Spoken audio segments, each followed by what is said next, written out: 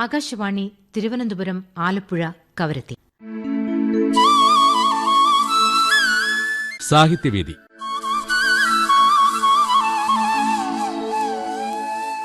പ്രിയ ശ്രോതാക്കളെ, സാഹിത്യവേദിയിലേക്ക് സ്വാഗതം. ഇന്ന് സാഹിത്യവേദിയിൽ പയറ്റുവിള്ള സോമൻ അവതരിപ്പിക്കുന്ന ഓണക്കവിത, കണ്ണൻ ഷൺമുഖം നടത്തുന്ന പ്രഭാഷണം, എം അരവിന്ദ് എഴുതി അവതരിപ്പിക്കുന്ന കവിത, സുരേന്ദ്രൻ എഴുപുന്ന എഴുതി അവതരിപ്പിച്ച കഥ എന്നിവയാണ് ഉൾപ്പെടുത്തിയിരിക്കുന്നത്. പയറ്റുവിള സോമൻ അവതരിപ്പിച്ച കവിതയെ തുടർന്ന് കണ്ണൻ ഷൺമുഖം നടത്തുന്ന പ്രഭാഷണം കേൾക്കാം.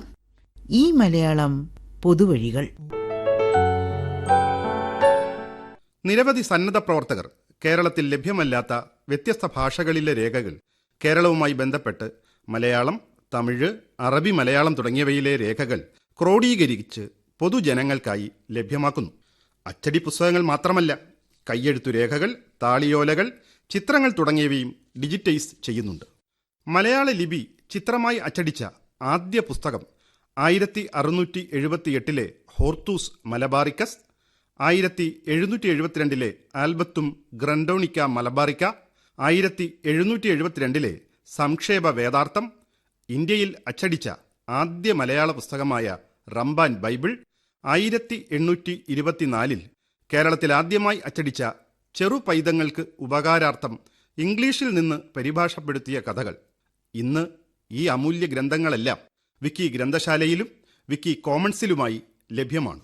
ഭാഷാ ഗവേഷണത്തിനും സാംസ്കാരിക പഠനത്തിനും ആവശ്യമായ വിലപ്പെട്ട രേഖകളാണ് ഇവ. കേരളത്തിനും മലയാള ഭാഷയ്ക്കും ശ്രദ്ധേയമായ സംഭാവനകൾ നൽകിയ ജർമ്മൻ ഭാഷാ പണ്ഡിതനായിരുന്നു doctor Hermann Gundert. Basel mission എന്ന അന്തർദേശീയ സംഘടനയുടെ സെക്രട്ടറിയായും സ്കൂൾ ഇൻസ്പെക്ടറായും പ്രവർത്തിച്ചു. സ്കൂളുകളിൽ പഠിക്കാനായി മലയാളം, കന്നഡ, ഇംഗ്ലീഷ് ഭാഷകളിൽ പുസ്തകങ്ങൾ എഴുതി പ്രസിദ്ധീകരിച്ചു. 1000 പഴഞ്ചൊൽ എന്ന പഴഞ്ചൊൽ ശേഖരം സമാഹരിച്ചു പ്രസിദ്ധീകരിച്ചതും ഇദ്ദേഹമാണ്.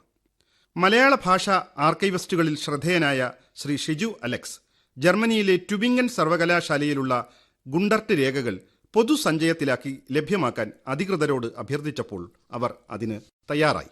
ട്യൂബിംഗൻ സർവകലാശാലയിലെ ശ്രീമതി ഹൈക്കെ മോസർ കൊച്ചിയിലെത്തി വിക്കി സമൂഹത്തിന്റെ പ്രതിനിധികൾക്ക് ഗുണ്ടർട്ട് പദ്ധതിയിലെ രേഖകൾ കൈമാറി. പലതും നഷ്ടപ്പെട്ടുവെന്ന് കരുതിയ പയ്യന്നൂർ പാട്ട്, തലശ്ശേരി രേഖകൾ തുടങ്ങിയവയുടെ ഡിജിറ്റൽ രേഖകളായിരുന്നു അവ. ഗുണ്ടർട്ട് കേരളത്തിൽ നിന്നു മടങ്ങിയപ്പോൾ ശേഖരിച്ച കേരളത്തിലെ അച്ചടി പുസ്തകങ്ങളും താളിയോലങ്ങളും ഈ ശേഖരത്തിൽ ഉണ്ടായിരുന്നു. ഇതിൽ 1000 പഴഞ്ചൊൽ എന്ന പഴഞ്ചൊല്ലുകളുടെ ശേഖരം കേരളത്തിലെ വിവിധ ജില്ലകളിലെ പൊതുവിദ്യാലയങ്ങളിലെ കുട്ടികൾ വിക്കി ഗ്രന്ഥശാലയിൽ ടൈപ്പ് ചെയ്ത് ചേർക്കുക ഉണ്ടായി. മീഡിയ വിക്കി സോഫ്റ്റ്വെയർ ഉപയോഗിച്ച് വിക്കി രീതിയിൽ ക്രമീകരിച്ച പങ്കാളിത്തത്തോടെ തിരുത്താൻ കഴിയുന്ന ഒരു സ്വതന്ത്ര ഗ്രന്ഥശാലയാണ് വിക്കി ഗ്രന്ഥശാല. വിക്കിപീഡിയയുടെ ഈ സഹസംരംഭത്തിന്റെ വെബ് വിലാസം ml.wikisource.org എന്നതാണ്. വിക്കി ഗ്രന്ഥശാല ആർക്കും തിരുത്താവുന്നതാണ്. പഠന ഗവേഷണ പ്രവർത്തനങ്ങൾക്ക് വളരെ ഫലപ്രദമായി ഈ ഗ്രന്ഥങ്ങളെ ഉപയോഗിക്കാനാകും. വിക്കി ഗ്രന്ഥശാലയിൽ ചെയ്യാവുന്ന കാര്യങ്ങൾ: 1. മൗലിക രചനകൾ, അതായത് മുൻപ് രചയിതാവ് പ്രസിദ്ധീകരിച്ചവ. 2. മൗലിക രചനകളുടെ തർജിമകൾ. 3. ഗ്രന്ഥസൂചികകൾ. വിക്കി ഗ്രന്ഥശാലയിൽ കൃതികളുള്ള രചയിതാക്കളുടേതായാൽ നല്ലത്. ഇനി പകർപ്പവകാശ ലംഘനം ഒരു കാരണവശാലും വിക്കി ഗ്രന്ഥശാല അനുവദിക്കുകയില്ല. അത്തരത്തിലുള്ള ഗ്രന്ഥങ്ങൾ വിക്കി ഗ്രന്ഥശാലയിൽ ഉൾപ്പെടുത്തരുത്. സ്വന്തം രചനകളും ഉൾപ്പെടുത്താൻ ബുദ്ധിമുട്ട് ഉണ്ട്. പട്ടികകൾ, സമവാക്യങ്ങൾ തുടങ്ങിയവയും ഉൾപ്പെടുത്താൻ പാടില്ലാത്തവയാണ്. വിക്കി ഗ്രന്ഥശാലയിലെ പ്രധാന ഉള്ളടക്കങ്ങൾ ഇവയാണ്: എഴുത്തച്ഛൻ്റെ കൃതികളായ അധ്യാത്മരാമായണം, കിളിപ്പാട്ട്, ഭാഗവതം, കിളിപ്പാട്ട് മുതലായവ, ചെറുശ്ശേരിയുടെ കൃഷ്ണഗാഥ, കുഞ്ചൻ നമ്പ്യാർ കൃതികളായ കല്യാണ സൗഗന്ധികവും ഗണപതി പ്രാതലും, ആശാൻ കൃതികളായ വീണപ്പൂവ്, നളിനി, ലീല, ചിന്തവിഷ്ടയായ സീത തുടങ്ങി ആശാന്റെ മുഴുവൻ കൃതികളും വിക്കി ഗ്രന്ഥശാലയിൽ ലഭ്യമാണ്. അതുപോലെ ഉള്ളൂർ, വള്ളത്തോൾ, ചങ്ങമ്പുഴ തുടങ്ങിയവരുടെ മുഴുവൻ കൃതികളും വിക്കി ഗ്രന്ഥശാലയിൽ ലഭ്യമാണ്. ഇതുകൂടാതെ മതഗ്രന്ഥങ്ങൾ, ഐതിഹ്യമാല തുടങ്ങിയവയും പ്രൊഫസർ എസ് ശിവദാസ് രചിച്ച ബാലസാഹിത്യകൃതി വായിച്ചാലും വായിച്ചാലും തീരാത്ത പുസ്തകവും വിക്കി ഗ്രന്ഥശാലയിൽ ലഭ്യമാണ്. ശ്രീമതി ജെ ദേവിക രചിച്ച കുലസ്ത്രീയും ചന്തപ്പെണ്ണും ഉണ്ടായതെങ്ങനെ എന്ന പുസ്തകം വിപണിയിൽ ഇറങ്ങിയ ഉടനെ തന്നെ വിക്കി ഗ്രന്ഥശാലയിൽ ലഭ്യമാവുക ഉണ്ടായി. വിക്കി ഗ്രന്ഥശാലയിൽ നിരവധി കൃതികൾ സ്കൂൾ വിദ്യാർത്ഥികളുടെ കൂട്ടായ്മയിലൂടെ നിർമ്മിക്കപ്പെട്ടിട്ടുണ്ട്. രാമചന്ദ്ര വിലാസം, മലയാളത്തിലെ ആദ്യ മഹാകാവ്യം, വിക്കി ഗ്രന്ഥശാലയിൽ ടൈപ്പ് ചെയ്ത് ചേർത്തത് മഹാകവി അഴകത്തു പത്മനാഭക്കുറിപ്പിന്റെ സ്വദേശമായ ചവറയിലെ 15 ഹൈസ്കൂളുകളിലെ കുട്ടികളാണ്. അതുപോലെ തന്നെ മഹാകവി KC കേശവപിള്ളയുടെ കേശവീയം മഹാകാവ്യം ചാത്തന്നൂർ സബ് ജില്ലയിലെ പ്രൈമറി വിദ്യാർത്ഥികളാണ് വിക്കി ഗ്രന്ഥശാലയിൽ ടൈപ്പ് ചെയ്ത് ചേർത്തത്. 1948 അന്തരിച്ച മലയാളത്തിലെ ആദ്യ എക്സ്പ്രഷനിസ്റ്റ് നാടകം എന്ന് വിശേഷിപ്പിക്കുന്ന സമത്വവാദിയുടെ കർത്താവ് പുളിമാന പരമേശ്വരൻ പിള്ളയുടെ കൃതികൾ 1952 ശേഷം അച്ചടിക്കപ്പെട്ടിരുന്നില്ല. സമത്വവാദിയുടെ ഡിജിറ്റൽ പതിപ്പ് സായാഹ്ന എന്ന ക്രിയേറ്റീവ് കോമൺസ് ലൈസൻസിൽ പ്രസിദ്ധീകരിക്കുന്ന വെബ്സൈറ്റിൽ ലഭ്യമാണ്. ശബ്ദധാരാവലിയും കെ ദാമോദരന്റെ തെരഞ്ഞെടുത്ത കൃതികളും ഐതിഹ്യമാലയും ഉള്ളൂരിന്റെ കേരള സാഹിത്യ ചരിത്രം ഉൾപ്പെടെ നിരവധി മലയാള കൃതികൾ സായാഹ്ന വെബ്സൈറ്റിൽ ലഭ്യമാണ്. ക്രിയേറ്റീവ് കോമൺസ് ഷെയർ അലൈക്ക് അനുമതി പ്രകാരം പ്രസിദ്ധീകരിക്കുന്ന ഈ ഗ്രന്ഥശേഖരം വിവിധ വായന ഉപകരണങ്ങളിൽ വായിക്കുവാൻ കഴിയുന്ന വിധത്തിലാണ് നിർമ്മിച്ചിട്ടുള്ളത്. ഗവേഷകരുടെ സൗകര്യത്തിനായി വെബ് PDF-കളിൽ നിന്നും പാഠം നേരിട്ട് പകർത്തുവാൻ പാകത്തിലാണ് ഇവ വിന്യസിച്ചിട്ടുള്ളത്.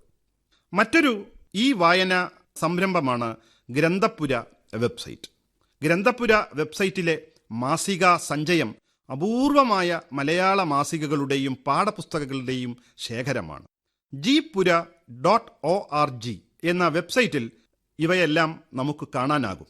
സന്നദ്ധ പ്രവർത്തകരാൽ നയിക്കപ്പെടുന്ന ഈ സൈറ്റിന് ഇൻഡിക് ഡിജിറ്റൽ ഫൗണ്ടേഷൻ എന്ന ലാഭേച്ഛയില്ലാതെ പ്രവർത്തിക്കുന്ന കമ്പനിയാണ് നേതൃത്വം നൽകുന്നത്. 1937 വിദ്യാഭിവർദ്ധിനി മാസികയുടെ വാർഷിക പതിപ്പ്, മലയാള രാജ്യം പഴയ ലക്കങ്ങൾ, സുവനീറുകൾ, കൊല്ലത്തുനിന്നും തേവാടി നാരായണക്കുറുപ്പ് പ്രസിദ്ധീകരിച്ചിരുന്ന ടാഗോർ മാസിക തുടങ്ങി നിരവധി അപൂർവ മാസികകൾ ഈ സൈറ്റിലൂടെ ഇന്ന് ലഭ്യമാണ്. ഇതുകൂടാതെ ഗ്രന്ഥപുരയിൽ 500-ലധികം പഴയ പാഠപുസ്തകങ്ങൾ, പഴയതും പുതിയതുമായവ ലഭ്യമാണ്. പലതും കഴിഞ്ഞ നൂറ്റാണ്ടിന്റെ തുടക്കം മുതലുള്ളവയാണ്. വിദ്യാഭ്യാസ പ്രവർത്തകർക്കും ഗവേഷകർക്കും ഏറെ പ്രയോജനം ചെയ്യുന്ന ഉള്ളടക്കമാണ് ഗ്രന്ഥപുരയിലേത്. P. ഗോവിന്ദപിള്ളയുടെ മുഴുവൻ കൃതികളും ഡിജിറ്റൈസ് ചെയ്ത് വായനക്കാർക്ക് ലഭ്യമാക്കുന്ന പദ്ധതി അടുത്തയിടെ ബഹുമാനപ്പെട്ട വിദ്യാഭ്യാസ മന്ത്രി V. ശിവൻകുട്ടി ഉദ്ഘാടനം ചെയ്തിരുന്നു. തിരുവനന്തപുരത്തെ PG റഫറൻസ് ലൈബ്രറിയിലാണ് ഗ്രന്ഥപുരയുടെ രണ്ടാമത് കേന്ദ്രം പ്രവർത്തിക്കുന്നത്. ആദ്യ കേന്ദ്രം ബാംഗ്ലൂരിലാണ്. ധർമാരാം കോളേജ് സെമിനാരിയിൽ പ്രവർത്തിക്കുന്നു. 2000-ലധികം വളരെ വിലപിടിപ്പുള്ള അപൂർവമായ രേഖകൾ ഷിജു അലക്സിന്റെ നേതൃത്വത്തിൽ ഇതിനകം പുറത്തിറങ്ങി. ഇത്തരം സന്നദ്ധ പ്രവർത്തനങ്ങളിലൂടെ നമ്മുടെ ഭാഷയെയും സംസ്കാരത്തെയും സംബന്ധിക്കുന്ന രേഖകൾ വീണ്ടെടുക്കാൻ കഴിയുന്നത് ഏറെ പ്രതീക്ഷ ഉണർത്തുന്നു. റോമിലെ വത്തിക്കാൻ ലൈബ്രറിയിലും UK-യിലെ ബ്രിട്ടീഷ് ഇന്ത്യ ലൈബ്രറിയിലും വീണ്ടെടുക്കാനായി ഇനിയും നിരവധി രേഖകളുണ്ട്. ഈ രേഖകൾ നമ്മുടെ ഭാഷാ പഠനത്തിലും സംസ്കാര പഠനത്തിലും ഏറെ കുതിച്ചുചാട്ടമുണ്ടാക്കും എന്നത് നിസ്തർക്കമാണ്. ഈ മലയാളം പൊതുവഴികൾ കണ്ണൻ ഷൺമുഖം നടത്തിയ പ്രഭാഷണമാണ് ഇതുവരെ കേട്ടത്.